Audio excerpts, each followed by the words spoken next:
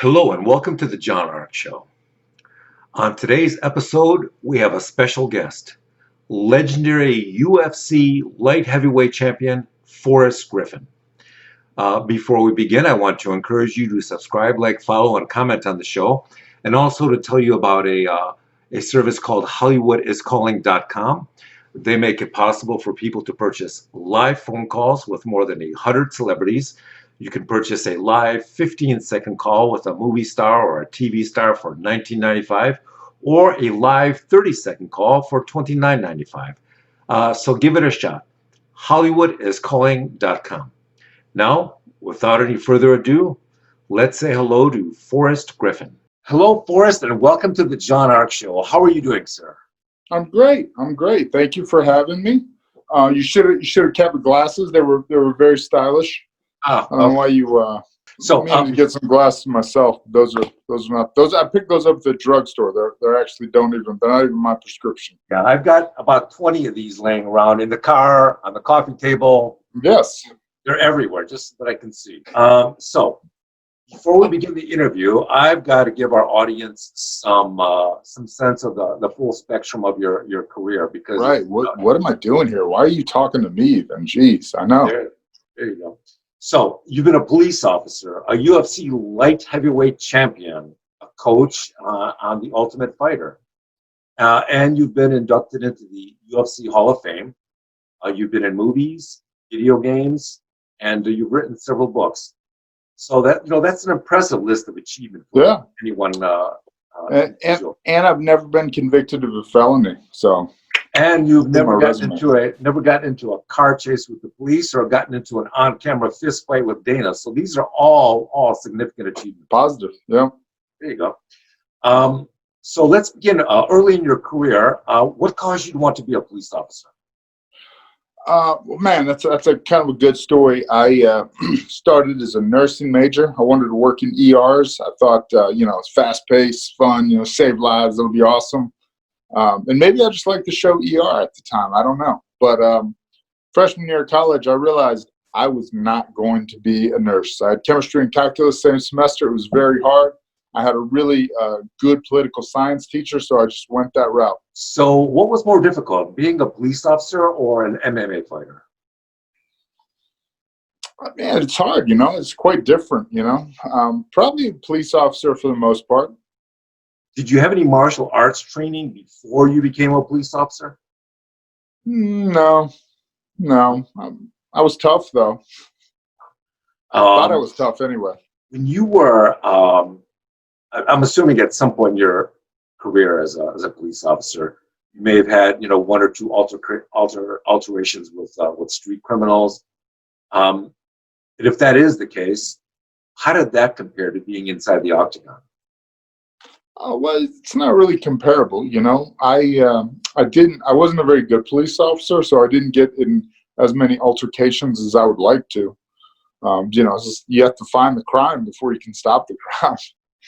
Maybe my presence stopped crime. I'll pretend that. No, just dealing with people as a police officer is a lot different than fighting people. You're not worried so much, I guess, about being punched or kicked. You're worried about weapons, obviously. And it's funny, when you're 22, which is what I was when I was a cop, 21, 22. Oh yeah. You're invincible, man. I was looking for trouble, and that's probably why I never found it. What city were you an officer in? Augusta and Athens. How was the crime rate back then? Not that high. Crime rate? I think Athens for a while led the Southeast in auto theft, but just the usual. I couldn't get a job in Atlanta. I tried several times. I failed lie detectors. I failed polygraphs. I'm a mess. I was all over the place. I failed a lie detector, and I'm serious, with the truth. And I passed a different lie detector with those same answers. This is very true. But I failed the psychological at that department. So I couldn't get hired to save my life. Listen, I once knew a stunningly beautiful woman who applied to be a police officer, even though she had a DUI. And in most departments, that's the kiss of death. You're never going to get into the department with a DUI in a lot of places. And she was so good looking, they hired her anyways. That's awesome. There you go. So at some point you decide you want to, leave the force and you want to be a fighter. What was the thought process You know, same as it kind of was later, and I just didn't know it. You'd rather regret the decisions you make than the decisions you don't. You go through life and you don't take those chances, you're going to have regrets, right? You take the chances, you pay for it, you get your ass kicked. At least you don't have the regrets, and I don't mean by people. I mean, life beats you up when you make those choices, when you take risks. But, that regret, like sitting around, oh, I should have said something, I should have done something. That's worse to me than any situation you could be in, right? So then you gain entree into the world of professional fighting. Where was that, and how did that go? I kind of given up on fighting. I was just training MMA for fun, and I got a call to be on The Ultimate Fighter. Quit my job and went and got on The Ultimate Fighter. It was pretty awesome. So was your start in MMA, or did you start out with one of the traditional martial arts? No, it was pretty much an MMA. I literally saw it on TV and thought I could do that. I never did martial arts because I thought, I would get in fist fights and I would do okay. So I figured I didn't need martial arts. I played football and basketball. I was pretty big when I was younger too. So, as kids, we saw Bruce Lee's movies and TV shows, and that just started it all for us. So, many people, right? Yeah, yeah. I just watched that ESPN documentary on him, and for his thought pattern about the martial arts and combining them, it seems natural to us, but that was unheard of at the time. And he was only like in his, he was in his 20s when he started coming up with those concepts. Pretty amazing. Somebody got me a Bruce Lee book when I first got into fighting, and I was like, this is stupid. I would beat Bruce Lee up. I didn't get it. I always thought I never even liked fighting movies growing up because I thought they looked kind of stupid and fake. Even the Rockies, I was like, man, that doesn't look real. Doesn't look like real boxing to me, So, I was totally not a fan of Bruce Lee. I got to go back and start watching his movies again. That's crazy. In the Rocky movies, you can see some of those punches missing by a mile. So, Oh, yeah. And I was just like, come on. Ironically, they get better. The choreography of the fight scenes gets better, as the movies get worse. Well, the thing about Bruce Lee was his dynamism, his electric persona on screen. Yeah. And the precision of his movements. That, if you compare that to most other martial artists you see on the screen, there's a world of difference. Oh, yeah. So now you have your first fight at some point with Dan Severn. Now, Dan Severn, I think I'm pronouncing his name right. Dan Severn was a monster. Most sane people would avoid him like the plague. He's actually a sweet guy. I knew he was a sweet guy. He was a former UFC champion. He had about 50 fights under his belt, whereas when I fought him, I had a whopping 4 fights under my belt. And those all took course in the span of 2 days. So, but I didn't even think about it. I just needed to fight. He looked like a guy I could potentially beat. Turned out he wasn't. I didn't fight very well. I kind of held back until the 3rd round. And, he had a great strategy and just, one size fits all technique, and he just whooped on me. Wasn't Dan Severn part of the really early MMA fights that were just bloody and gory and almost? Yeah, he was. He fought when there were no gloves and stuff like that, and that's how we got those 50 fights so early. I think he won like UFC 4 or 5, maybe. Yeah, I remember renting those fights at the video store because that was the only place you could get them. And they were unbelievable. They used to, in between rounds, guys used to come into the ring or the octagon or whatever with a bucket and a mop and just wipe the blood off the floor in between rounds. It was unbelievable. You know what's funny? I watched those first UFCs in a shop class in high school, the first time I saw UFC, and I thought they were kind of dumb. I didn't really get it. They were 3 or 4 years behind by the time I'd seen them, and there's like guys with mullets saying weird things, and it looked like bad pro wrestling. I didn't understand what jiu-jitsu was, so I couldn't understand why the guy in pajamas was tapping everybody out, or what a tap out was even. I had no idea what was going on. It just looked sort of, brutal. You know, I didn't really love it. Yeah, I remember the elbows to the head, the crazy Oh, striking. It was just they a still got bloodbath. those elbows to the head. What's that? They still got the elbows to the head. I know, but there was blood splashing about everywhere back then. It seems a little more civilized and regulated now. Well, it's definitely much better regulated. You know, for me though, the idea is to be as close to a fight as possible, right? As is practicably safe to make a fight. You know, at the end of the day, it's a fight. You're in a fight with another human being. You know, you have to have some limitations that are agreed upon, so egregious bodily harm isn't done, which has never happened in a UFC fight yet, thank God. But you know, it is meant to be the epitome of human competition more than any other sport. You know, a fighting is really how you test yourself against another human being of your size. Did you have a lot of street fights as a teenager? Yeah, the average amount, not really street fights. I was a really lousy basketball player, so I got in a lot of fights in the park playing ball because I would foul people hard.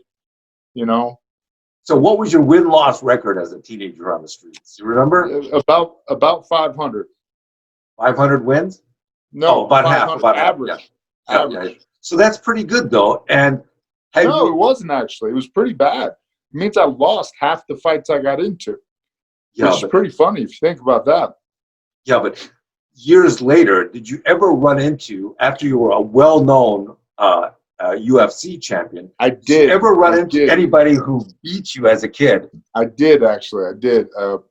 But by that time we were already friends again. We'd become Uh, friends. The guy he'd whoop me. I mean, he beat me up.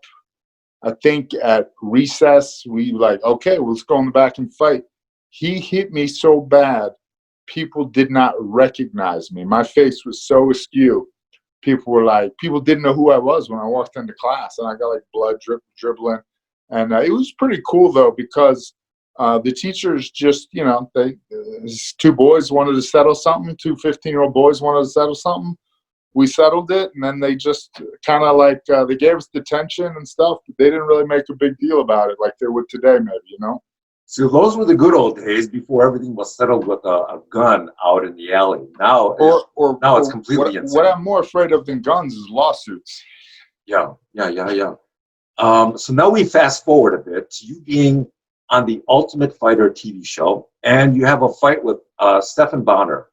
You know, most experts, including Dana, give you credit for that fight, and they think that fight is what caused the UFC itself to ascend. You know, both culturally and financially to the success that it achieved. Yeah, Do I mean, you?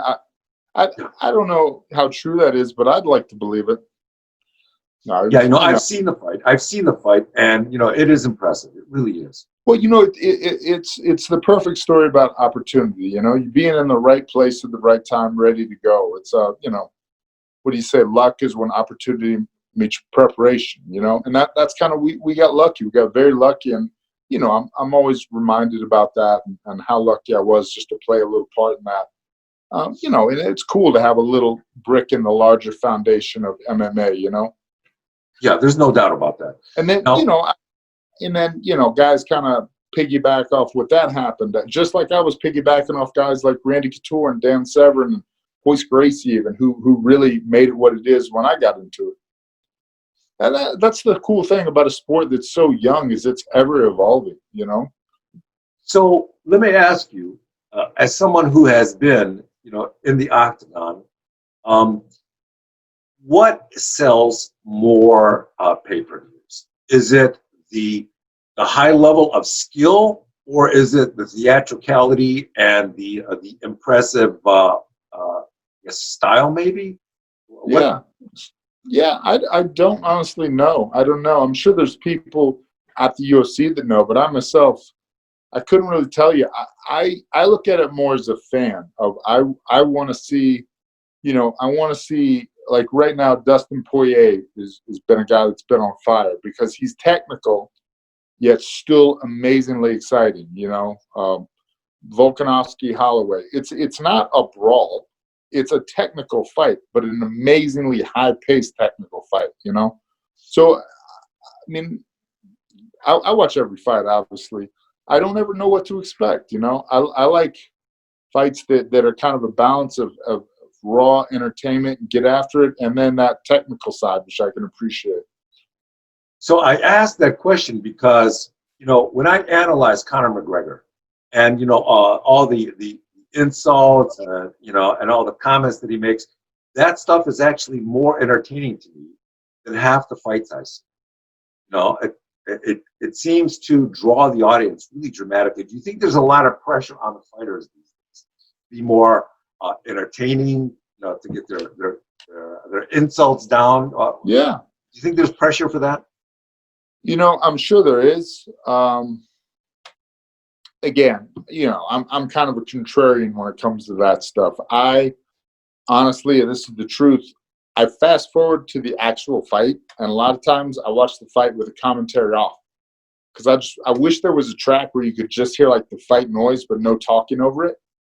Because I don't really care who said what or who's gonna beat what.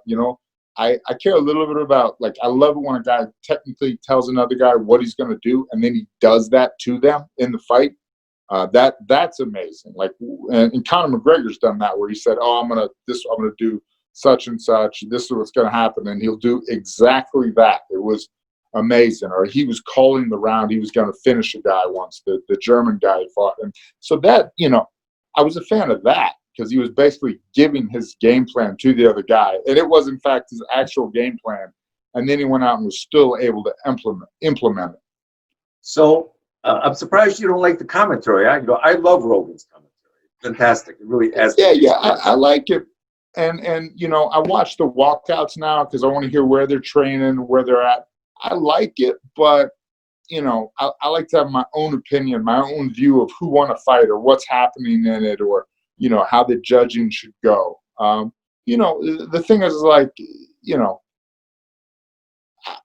I got my own opinions.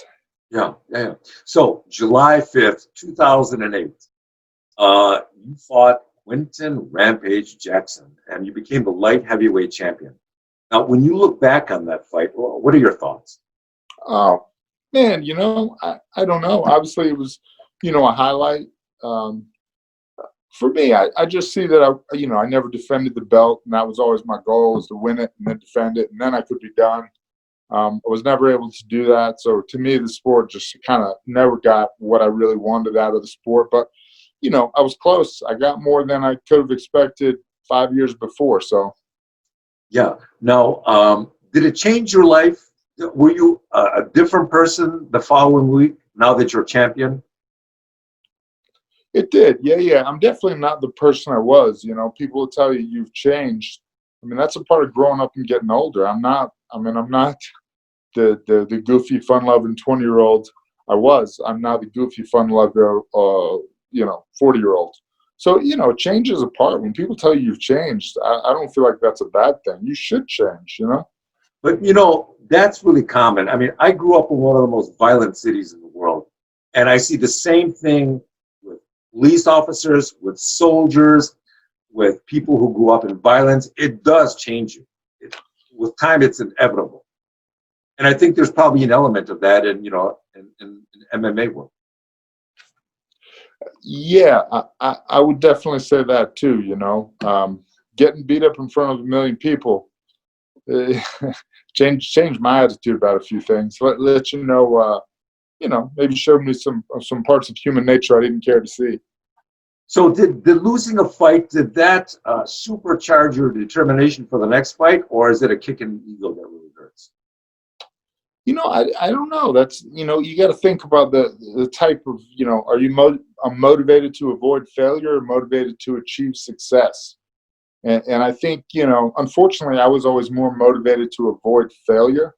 And people that are kind of driven that way will tend to almost avoid situations where they don't feel that they can win, as opposed to the achieve success, where you want to put yourself in a situation where the outcome is undetermined, where you don't know if you're going to win, where the odds may be stacked against you, but you want to find out and truly test yourself.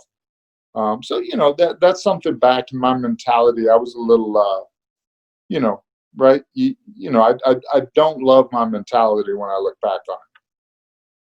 So, after that, after you won the championship belt, you went on to have a number of fights with really serious fighters, Rashad Evans, Ortiz, Shogun. These guys were monsters. Everybody at that point is an apex high-level fighter, including Yeah. yourself. And do these fights elevate you, or do they just wear you down?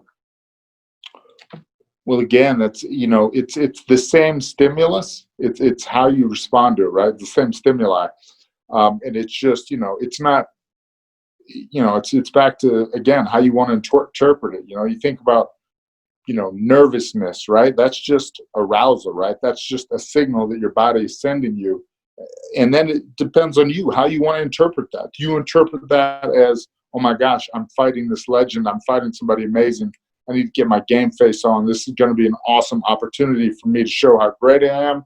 Or do you go into it with a sense of dread as, wow, I have to fight this guy that's really good, what am I going to do? So I tell you what, it's good to be a positive person in life. I guess most people have a bit of a negativity bias. I don't want to brag, but I have the most negativity bias. I have to say, for years, I thought that the expression attitude is everything was nonsense. I thought it was pop culture, pop psych nonsense, but it really is. It's huge. It's huge. So let me ask you, with the possible exception of having your child, is there anything more exciting than being in the octagon? Then what now? Oh, no. Than fighting in the octagon? Really nope. Does time speed up, or does it slow down in the octagon for you? It seems slow at that moment, but looking back, I don't even remember specific moments. It's like the moments you can remember are in car accident speed, but at the same time, I don't remember that much about the fights. Like I remember one little detail. I was thinking this, doing that. And then when you watch the fights over, then you kind of alter your memories, right? Because that's not that original memory. You're remembering that memory. And now that you also have the fight in your head, what actually was happening, then what you were thinking kind of changes. And I've had that happen a lot, like where I try to tell people what I was thinking in the fight, and I'm like, that's actually what I was thinking when I was rewatching that fight, not in the fight. I don't remember what I was thinking in the fight. And that again, that's very much based on the individual in the fight. Some people can tell you every second of it. So if I think you have a daughter, correct? I do, yeah. If your daughter came up to you when she was a little older and said, Dad, I want to be a fighter, what do you say? I would say it's too late. You should have started training with me when you were 3. Oh, interesting. Is that seriously, or is that in jest? No, that's seriously. Well, I already, she did jits for a little bit, but she didn't love it. So she tried it for me. That was nice. The coolest thing when I finally decided that it maybe wasn't for her was they were doing a little drill. She was maybe 5, 4, probably 5. And her and another girl were sitting on the thing braiding each other's hair. And I was like, this might not be for her. Yeah. Well, so you're out in public, you go to the mall, you go to the store, whatever. How often do people approach you? Well, and what percentage? I don't go anywhere. I don't have to. Yeah, but prior to that. Yeah. How often do people approach you in a positive light, wanting a selfie? And how often does somebody say something stupid or challenging? The stupid has gone down a lot. I've been retired for 7 years, so I think those people are kind of, they don't have in their mind what they were thinking or whatever, how it disappointed them or anything. So people don't say too much bad to me. The only time people really want pictures or it's weird are airports for some reason. I think that's just because you see a lot of people there. I don't know. But I also think that people equate celebrity with traveling. And if they see somebody at the airport, they automatically assign a higher value to them. They think, oh, yeah, that is Forrest Griffin. Yeah. That guy's important. He's got places to be. Exactly. It's not true. Let me grab the selfie. So you've written a couple of books. Can you tell us about them, and where can your fans pick up a copy of these? No, I'd have to call my writer, Erish, the ghostwriter that isn't the ghostwriter that wrote them, if you wanted to ask him. But no, I'm kidding. Yeah, we had two great books, Got Fight and Be Ready When the Bleep Goes Down. It was a great process. I would literally, take voice recorders and just record crazy things and send them to my guy, and then we'd go over together and try to make sense of my nonsense, and then we'd send it to HarperCollins, and they would try to make our nonsense. And there's actually sections in the book that were edited in a way I can't stand, and then there's funny stuff that was left in that, like, I was like, oh my god, this doesn't even make any sense. Like, I never put the punchline in there for, like, this, because there are a couple stories that have no ending, and like there was an ending to the stories, but I just didn't get them in there. And I'll tell you one funny story about writing a book. They're serious about deadlines. So I had a deadline for the first book, and I didn't think anything of it. And then maybe 6 weeks after the deadline, this is back when it used to take a long time to make books. I sent them the stuff, and they were like, here's the ending of the book. And they were like, oh, no, it's already gone. It's gone. You can't. It's too late. I was like, it's only been like 6 weeks. I'm barely late. They're like, How much didn't come out? How much total time did they give you to write the book? Oh, I mean, damn near 3 hours, maybe 4. I don't know. No. How long did it take to write the book? No, how much time did they contractually give you before you had to turn it in? I don't know.